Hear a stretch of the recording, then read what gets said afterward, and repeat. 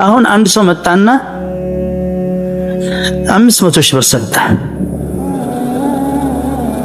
አቀማመጡ እንዴት ነው? አሁን ሶስት ነገር አለ። አንተ ወሳጁ፣ ሰጪው አላህ፣ ሶስት ነው አይደል?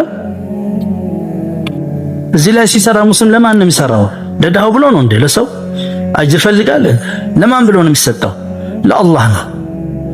ለዚህ ሰጥቶም ሰውየው 500 ሚሊዮን ብር ሰጥቶም አላሁመ ተቀበል ሚኒ ይላል። አላሁመ ይሄን የሰጠሁትን ከሪያ ምንድነው በማለት ሪያ አይና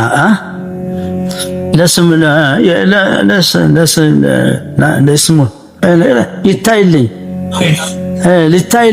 ከዛ አድንልኝ፣ ከኩራት አድንልኝ፣ ራስን ከማድነቅ ዝና ከመፈለግ አድንልኝ ይሄን ስራዬን እያልክ ፈርተህ ነው ስትሰጠው፣ ፈርቶ ሊሰማ። እዚህ ሶስት አይነት አለ። አሁን ይሄ 500 ለአላህ ብሎ ከተሰጠ 500 ሚሊዮን ለአላህ ትልቅ ነው አይደለም? ስትሰጥ ትልቅ ነው አይደለም? ትልቅ ነው አይደለም?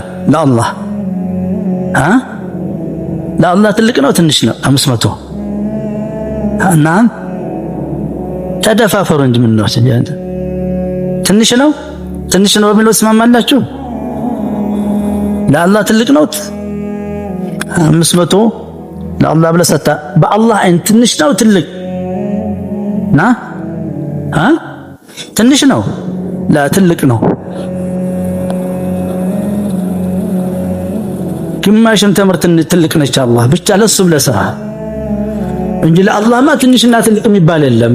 ገንዘብ የሱ አይደል እንደ ራሱ ይገባል። አሁን ይሄ ነው ሩሱህ ዲፕ ኖሌጅ የሚባለው ይሄ ነው። ፍቅህ የሚባለው ይሄ ነው። ስለዚህ በአላህ አይን ትልቅ ነው።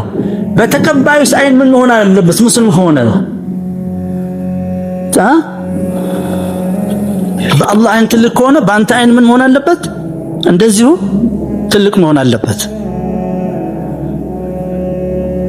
በአላህ አይን ስለምታይ ትልቅ መሆን አለበት።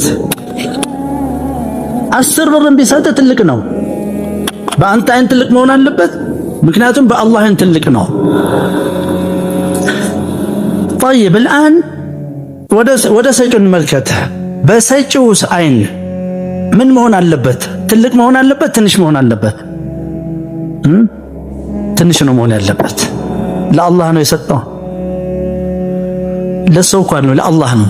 አላህ ስላለው ነው።